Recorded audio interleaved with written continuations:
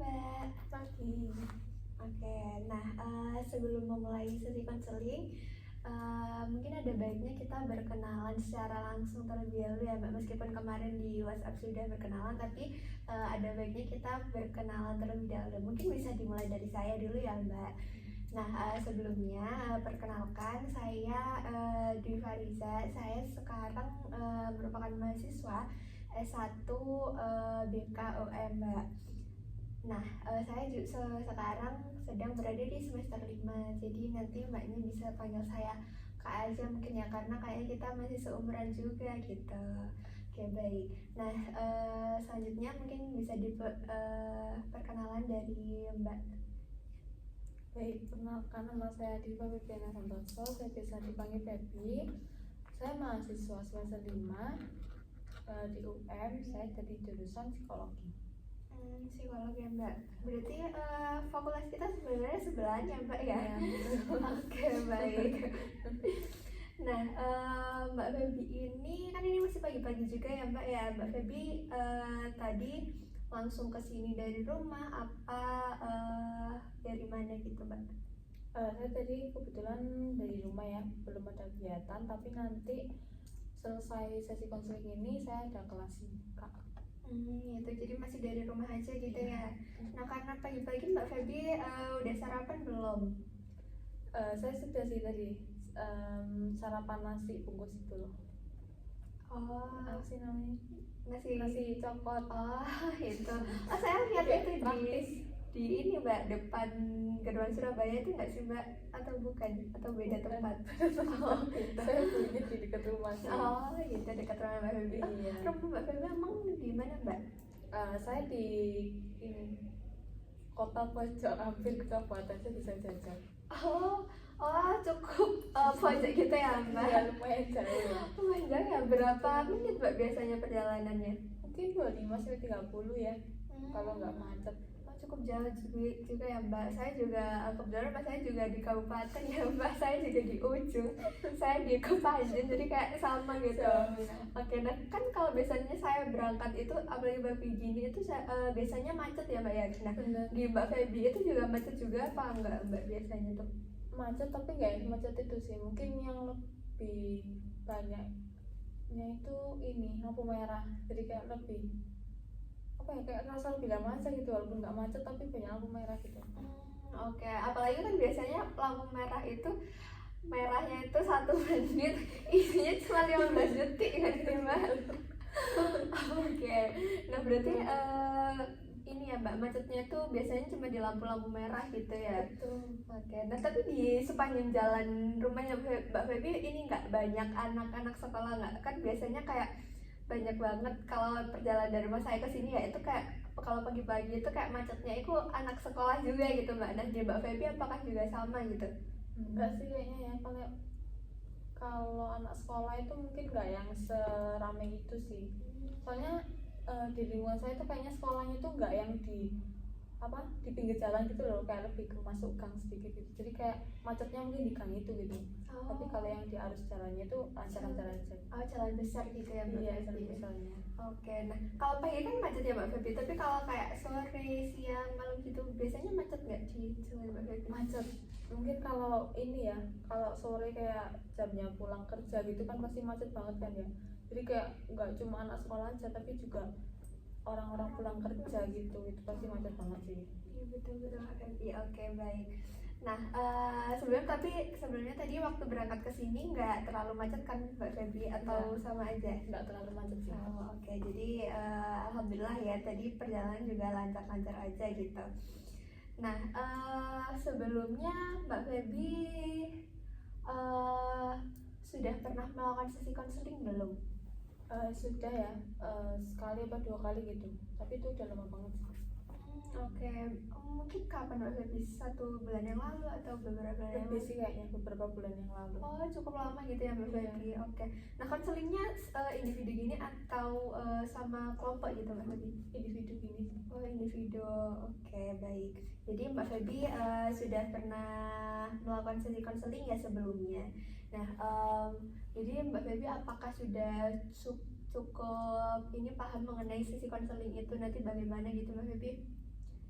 Sudah cukup mungkin tahu gambarannya kayak gimana. Oke, baik. Nah, di sini mungkin saya izin untuk menjelaskan ulang kepada Mbak Feby ya, bagaimana sesi konseling nanti kita itu berlangsung. Nah, nanti di dalam sesi konseling ini Mbak Feby kan bercerita mengenai apa yang sedang Mbak Feby rasakan, terus apa yang Mbak Feby alami di sesi konseling ini. Nah, namun di sesi konseling ini kita itu mempunyai asas-asas Mbak Feby, seperti kayak asas kerahasiaan yang nantinya semua cerita yang Mbak Feby ceritakan di sini itu bakal di-keep di forum ini saja. Jadi Mbak Feby jangan takut buat cerita terbuka di sini, karena semuanya itu juga pasti akan aman dalam forum ini saja, seperti itu Mbak Feby. Nah, sebelumnya Mbak Feby WA saya kemarin untuk janjian itu karena dipaksa atau karena keinginan Mbak Feby sendiri gitu? Dari keinginan diri saya sendiri sih, karena kan juga mengingat apa ya, kayaknya saya sudah cukup sangat butuh gitu untuk bercerita, jadi makanya saya menghubungi kakak kemarin. Oh gitu, berarti tanpa paksaan ya Mbak Feby kesininya hari ini, seperti itu. Oke, baik Mbak Feby. Nah, di dalam sesi konseling kita di pagi hari ini itu nanti juga akan berlangsung selama 25-30 menit ke depan Mbak Feby. Apakah dapat disepakati Mbak Feby? Dapat disepakati kak. Oke, baik. Nah, sebenarnya sebelum mulai cerita gitu ya, saya mau bertanya ke Mbak Feby. Sebenarnya tujuan Mbak Feby datang ke sesi konseling ini itu apa sih? Tujuan saya selain untuk menceritakan permasalahan saya ini ya, saya ingin tahu gitu kayak bagaimana saya mengatasi permasalahan ini, lalu bagaimana saya bisa mengimbanginya dengan hal-hal yang mungkin saya pikirkan secara positif. Oke, baik. Berarti Mbak Feby ingin memikirkan masalah Mbak Feby itu lebih positif gitu ya. Oke, baik. Nah, sebenarnya saya juga ingin menjelaskan mengenai sesi konseling kita hari ini. Nah, nanti di dalam sesi konseling kita hari ini itu kita akan melihat bahwa seperti yang sudah Mbak Feby katakan, melihat masalah Mbak Feby itu lebih positif gitu. Nah, nanti bahwa masalah yang Mbak Feby ceritakan di sini itu tuh hanya masalah, jadi bukan dari bagian dari dirinya Mbak Feby. Nah, nanti tugas kita di sini itu memahami bagaimana Mbak Feby itu bisa mengubah hubungan dengan masalah itu. Jadi nanti kita melihat kalau masalah yang Mbak Feby alami itu ya masalah diri Mbak Feby itu diri Mbak Feby gitu. Jadi itu bukan suatu kesatuan yang sama, seperti itu Mbak Feby. Apakah sejauh ini dapat dipahami Mbak Feby? Dapat dipahami kak. Oke, baik. Nah, sebelum mulai sesi konseling juga saya izin untuk mencatat di buku saya ini. Nah, nantinya catatan ini juga Mbak Feby nggak perlu khawatir karena ini hanya akan sebagai arsip konseling kita hari ini. Nah, catatan ini juga bakal di-keep di forum ini saja, jadi Mbak Feby tenang saja, tidak akan tersebar kemana-mana. Apakah sampai saat ini dapat dipahami Mbak Feby? Dapat dipahami kak. Oke, baik. Nah, sebelum memulai mengutarakan masalah yang Mbak Feby rasakan, apakah sekarang Mbak Feby duduknya sudah nyaman? Sudah. Oke, baik. Sudah nyaman. Nah, mungkin baik bisa diceritakan Mbak Feby mengenai apa sih yang sedang Mbak Feby rasakan atau alami saat ini, seperti itu Mbak Feby. Oke, baik kak. Permasalahan yang ini saya rasakan itu mungkin karena mengingat saya juga udah semester 5 ya, kayak udah mendekati akhir gitu. Kayak itu tuh kayak semakin banyak beban tugas, tapi juga semakin besar gitu rasa males dalam diri saya gitu. Jadi kayak saya sedang apa ya, akhirnya itu kayak jenuh, bingung, kayak nggak mau ngapa-ngapain gitu, kayak malas ngapa-ngapain. Tapi benar sih saya tahu saya masih punya tugas yang harus saya kerjakan gitu, tapi saya masih apa ya, masih nggak bisa mengimbangi antara diri saya dan juga rasa malas saya ini gitu. Nah, saya itu juga overthinking, mungkin juga karena di media sosial gitu kayak kan kayak banyak apa ya, distraksi dari sosial media itu kayak cukup berpengaruh gitu bagi saya. Menurut saya kayak saya tuh sering banget kayak membanding-bandingkan diri saya dengan orang lain gitu. Kayak misalkan saya buka aplikasi IG ataupun TikTok, terus ngeliat pencapaian orang tuh kok bisa ya orang-orang tuh di umurnya yang kayak seumuran saya tuh udah banyak pencapaiannya gitu, kayak saya tuh juga mau gitu, tapi saya tuh bingung harus mulai dari mana, karena saya tuh juga apa ya, kayak istilahnya kayak bingung gitu loh, kayak mengalami apa, krisis identitas dalam diri saya gitu. Jadi saya tuh lebih banyak overthinking itu kayak membandingkan diri saya, lalu juga apa ya, saya sering banget kayak lebih ke menghindar gitu sih, kayak di sosial media itu saya lebih memilih untuk nonaktifkan IG saya ataupun TikTok jadi saya tuh nggak mau melihat hal-hal tersebut gitu, tapi itu sebenarnya saya tuh juga mau gitu. Jadi kayak apa ya, banyak bingungnya sih ya. Kalau saya lalu juga saya tuh kan sempat ikut organisasi ya di kampus, tapi kayak kayak himpunan gitu enggak, tapi kayak apa sih itu, iya kayak iya, jadi saya ikut kayak gitu tuh kemarinnya itu sebelum saya menginjak semester 5 ya, kayak semester 4 semester 3 itu saya tuh masih aktif gitu, masih jadi panitia tuh masih. Terus itu juga kadang kalau ada apa event kayak diundang apa buat dance, karena kan saya di divisi tari ya, jadi kayak kalau ada itu tuh saya tuh ikut, tapi sekarang tuh benar-benar enggak sama sekali gitu. Bahkan event di kepanitiaan tuh saya juga udah nggak ikut gitu. Lalu juga kalau ada job dance itu saya juga nggak ambil, karena ya nggak tahu, kayak apa ya, lebih ke ini sih, takut nggak bisa fokus di antara satu itu gitu. Karena kalau saya tuh nggak bisa bagi fokus saya gitu, kayak misalkan saya ikut itu otomatis kan banyak kayak rapat, terus itu juga latihannya gitu kan, itu kan nggak mungkin ya kalau seminggu itu cuma sekali. Sedangkan di semester 5 ini itu juga banyak tugasnya gitu, apalagi saya kan juga ada ini ya, seminar usulan skripsi kayak penyusunan bab 1 bab 2 itu pun tuh juga masih apa ya, masih belum terfokuskan terus gitu loh di dalam diri saya. Jadi itu pun tuh itu aja saya tuh masih males gitu, apalagi saya harus membagi waktu saya ke yang lain-lainnya. Jadi tuh saya tuh masih overthinking gitu sampai hari ini tuh, sampai kayak bingung gitu harus kayak gimana gitu Pak. Oke, baik. Nah, saya sangat memahami dengan apa yang Mbak Feby utarakan ini tadi ya Mbak Feby. Nah, dari permasalahan yang Mbak Feby sudah bicarakan di sini itu terdengar cukup menjadi beban gitu ya bagi dirinya Mbak Feby, apalagi mengenai tuntutan sosial Mbak Feby, dan Mbak Feby bahkan sampai membandingkan diri Mbak Feby dengan pencapaian orang lain ya Mbak Feby. Nah, Mbak Feby tadi juga notice mengenai kayak Mbak Feby itu menjadi malas melakukan banyak hal. Contohnya kayak tadi kan Mbak Feby padahal sebelum di semester 5 Mbak Feby itu nggak malas dalam ikut organisasi Mbak Feby, tapi dari semester ini tuh Mbak Feby itu jadi kayak udah jadi malas gitu. Nah, kenapa Mbak Feby merasakan hal itu? Apakah itu ada hubungan dengan tuntutan sosial yang Mbak Feby rasakan? Apa ya? Ya sebenarnya iya ya, kayak mungkin lebih ke perbandingan itu tadi ya.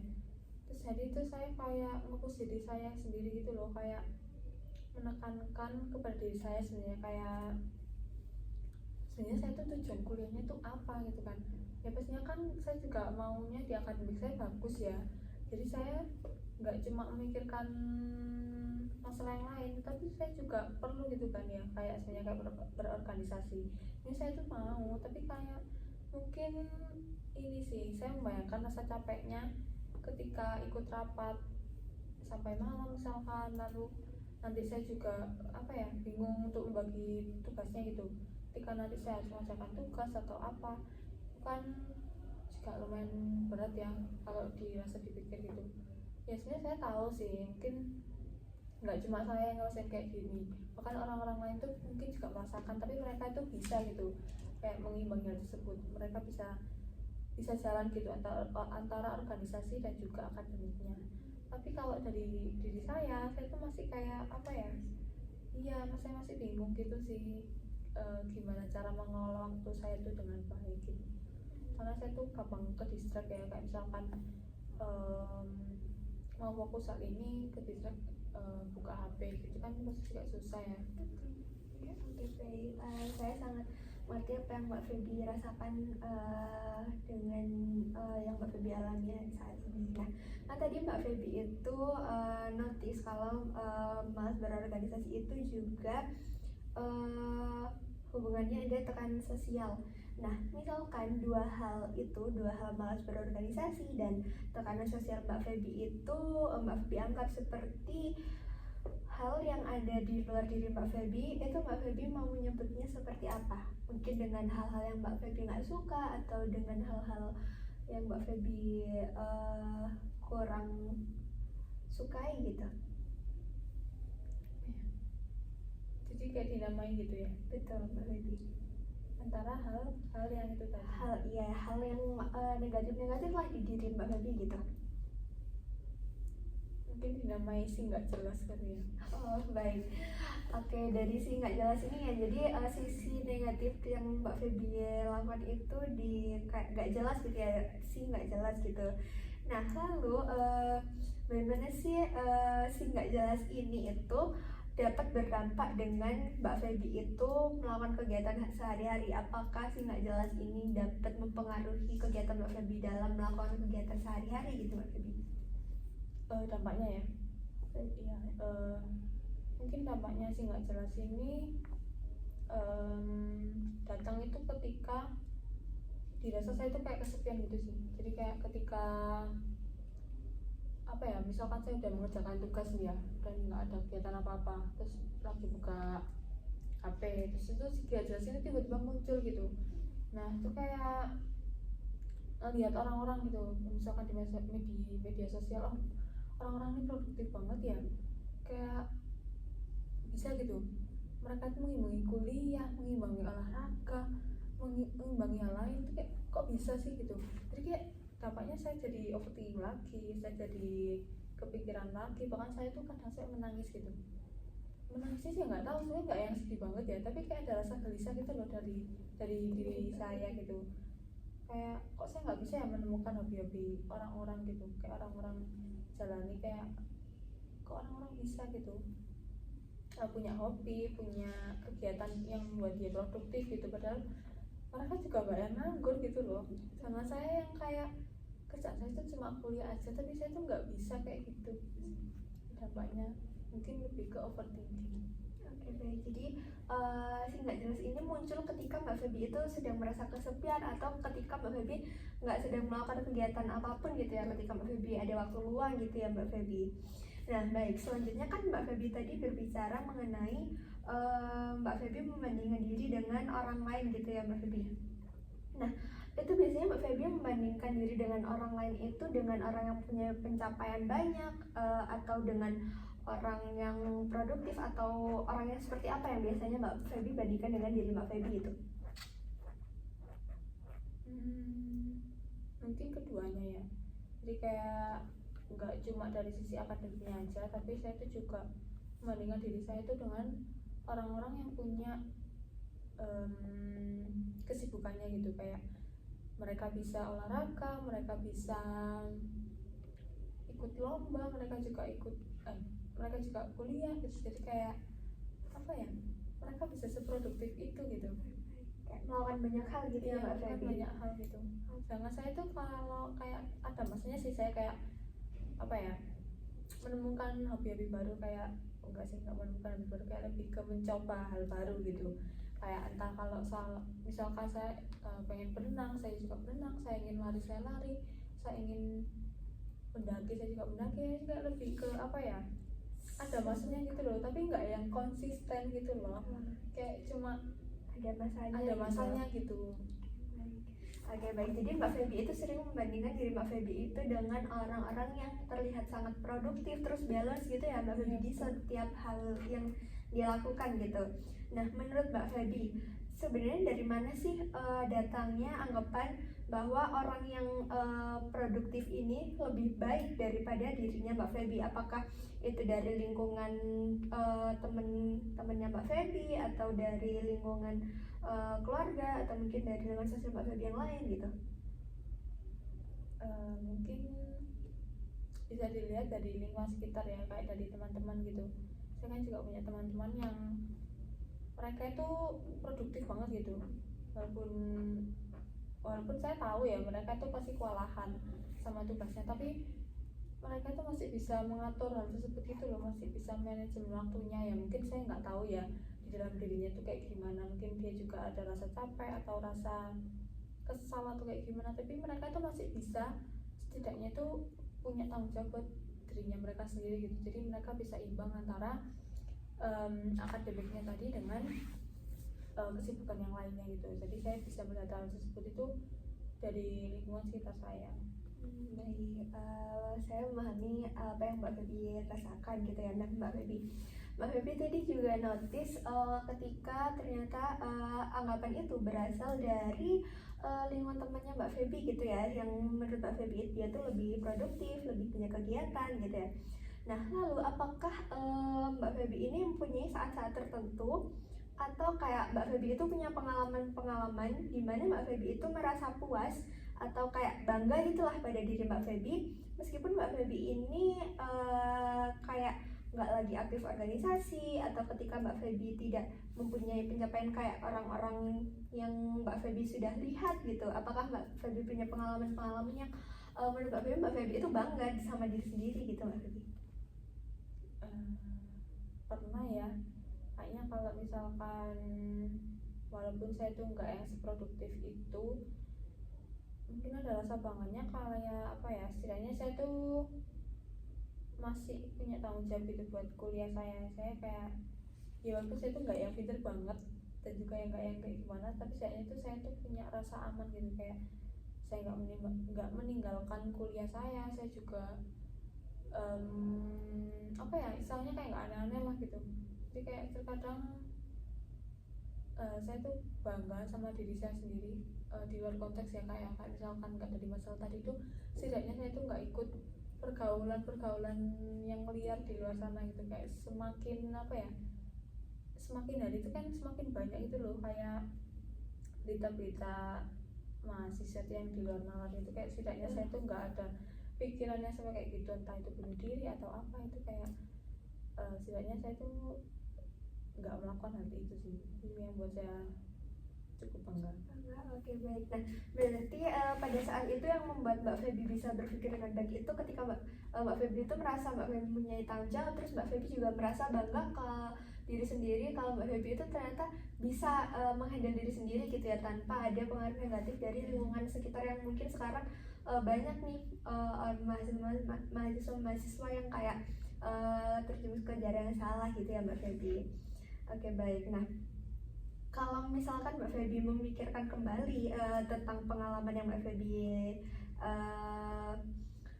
lakukan itu, apa sih karakter dari diri Mbak Feby itu yang terlihat positif? Entah itu apa tanggung jawab yang sudah Mbak Feby sebutkan yang tadi, atau ada karakter yang lain gitu yang positif dalam diri Mbak Feby gitu? Selain tanggung jawab mungkin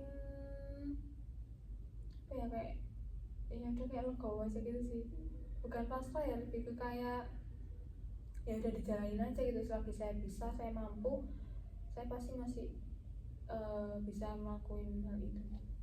Oke, baik. Nah, berarti Mbak Feby pernah berpikir nggak kalau sebenarnya Mbak Feby ini sekarang tetap terus berkembang, namun itu tuh dengan cara yang Mbak Feby punya dan dengan bukan dengan kayak orang-orang yang Mbak Feby lakukan, bukan dengan kayak yang produktif di setiap hal. Nah, apakah Mbak Feby pernah memikirkan itu?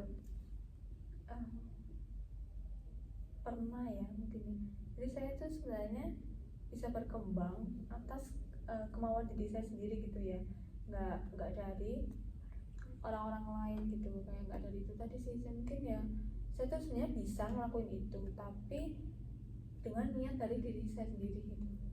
Oke, baik Mbak Feby, sebenarnya itu sudah cukup bagus ya Mbak Feby, karena Mbak Feby itu juga masih mempunyai kesadaran gitu ya, kalau misalkan Mbak Feby itu bukan benar-benar kehilangan krisis identitas gitu ya Mbak Feby. Nah, selanjutnya kalau misalkan Mbak Feby ini mengubah cara pandangnya Mbak Feby kan tadi sempat menyebutkan kalau Mbak Feby itu sekarang kayak merasa jadi jadi orang yang mempunyai rasa malas yang sangat tinggi gitu ya Mbak Feby.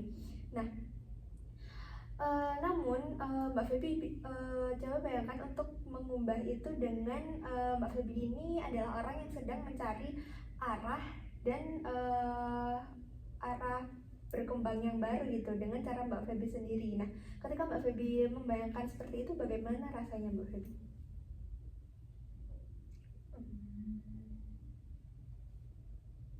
Mungkin saya bakalan senang, lega, karena akhirnya saya tuh bisa mengerti gitu arah apa arah arah perkembangan saya sendiri tuh kayak gimana, terus saya cara mengatasinya tuh kayak gimana, terus saya mencari hal tersebut tuh kayak gimana gitu. Jadi iya. Oke, baik. Berarti Mbak Feby lebih kayak merasa lega dan senang. Terus juga Mbak Feby kayak lebih bisa membayangkan bagaimana arahnya Mbak Feby itu. Jadi itu Mbak Feby memandang diri Mbak Feby gitu ya setelah melihat dengan hal yang lebih positif seperti itu ya Mbak Feby. Nah baik, saya sangat mengapresiasi usaha yang Mbak Feby lakukan dalam sesi konseling hari ini itu Mbak Feby. Mbak Feby itu sebenarnya punya kesadaran diri yang bagus, namun Mbak Feby itu kadang masih kayak sering membandingkan diri dengan orang lain, dan itu membuat Mbak Feby kayak merasa ada tekanan sosial sendiri gitu Mbak Feby. Nah tidak semua Mbak Feby, tidak semua orang itu bisa kayak mengenali perasaan dan proses yang berbeda seperti yang Mbak Feby lakukan saat ini Mbak Feby. Jadi saya sangat bangga kepada Mbak Feby karena Mbak Feby juga sudah cukup mampu dalam sesi konseling hari ini seperti itu Mbak Feby. Nah setelah melakukan sesi konseling hari ini Mbak Feby, kan tadi Mbak Feby masih kayak sempet kayak masih nggak notice tentang pengalaman-pengalaman kecil yang Mbak Feby lakukan. Padahal kan sebenarnya Mbak Feby itu sudah melakukan hal yang bagus, tapi Mbak Feby nggak notice saja karena itu pengalaman kecil gitu. Nah nanti setelah sesi konseling ini seminggu ke depan Mbak Feby itu bisa melakukan kayak journaling gitu Mbak Feby. Nah journalingnya itu seperti apa? Jadi Mbak Feby itu nanti coba menuliskan mengenai kayak pengalaman-pengalaman kecil yang membuat Mbak Feby itu merasa lebih kayak berarti gitu dalam hidupnya Mbak Feby. Nah itu pun juga tidak usah dimulai dari hal-hal yang besar gitu Mbak Feby. Nah itu bisa dimulai dari hal kecil yang nantinya kan juga akan menjadi besar gitu dalam dirinya Mbak Feby, seperti itu Mbak Feby. Nah untuk sesi konseling saat ini apakah dari Mbak Feby ada yang ingin diutarakan lagi? Mungkin untuk penegasannya itu ya, jadi kayak pengalaman kecilnya itu kayak misalkan saya ada dirasa, misalkan saya merasa senang gitu, terus saya utarakan di situ gitu. Betul Mbak Feby. Jadi Mbak Feby itu bisa melihat sebenarnya Mbak Feby itu ada loh kayak kita bilang pengalaman itu kayak capaian yang membanggakan gitu Mbak Feby. Jadi Mbak Feby nanti nggak akan berpikir kalau Mbak Feby itu sekarang nge-stuck di situ, enggak gitu Mbak Feby. Jadi itu membuat Mbak Feby berpikir kalau oh ternyata aku setiap harinya punya loh pengalaman yang bikin aku bangga gitu Mbak Feby. Oke baik, nah karena sesi konseling kita hari ini sudah mau mencapai batas akhir gitu ya Mbak Feby. Nah mungkin dari Mbak Feby apakah ada kesimpulan dari sesi konseling yang kita lakukan hari ini? Kalau dari saya ya, yang tadinya saya tuh masih abu-abu gitu loh, masih kayak terus berpikiran negatif dalam diri saya, kayak membandingkan pencapaian orang, masih bingung lah dengan arah tujuan hidup saya. Ketika saya bercerita dan juga banyak bercerita kepada kakak, saya jadi kayak berpikir, oh ternyata itu saya masih ada pengalaman-pengalaman kecil yang masih bisa saya sebut buat pencapaian gitu. Jadi saya masih lebih terbuka lagi gitu, pemikiran saya lebih ke arah yang ke positif. Oke baik, betul sekali Mbak Feby. Jadi hari ini kita sama-sama ya Mbak Feby menemukan pandangan baru terhadap diri Mbak Feby ini, bahwa masalah itu bukan dari dirinya Mbak Feby, namun masalah itu sesuatu di luar dari diri Mbak Feby. Lalu Mbak Feby itu mulai menemukan bahwa diri Mbak Feby itu tetap mempunyai nilai dan berharga meskipun prosesnya itu memang berbeda dari teman-teman yang Mbak Feby lihat gitu ya Mbak Feby. Baik, sebenarnya saya juga sangat bangga kepada Mbak Feby karena sudah berani untuk datang ke sesi konseling hari ini. Lalu Mbak Feby juga sudah dapat mengutarakan apa yang Mbak Feby rasakan dan saya sangat mengapresiasi Mbak Feby hari ini. Oke, baik. Nah, sebelum mengakhiri sesi konseling hari ini, apakah Mbak Feby setelah ini mau langsung ada kegiatan? Iya, saya ada kelas IKA di sini. Oke, baik. Perasaan setelah cerita di sesi konseling hari ini bagaimana Mbak Feby? Cukup lega ya, dan juga senang akhirnya saya itu bisa menemukan solusi yang tercipta dalam diri saya sendiri. Oke, baik. Nah, sekali lagi saya ucapkan terima kasih kepada Mbak Feby karena sudah menghadiri ya Mbak Feby.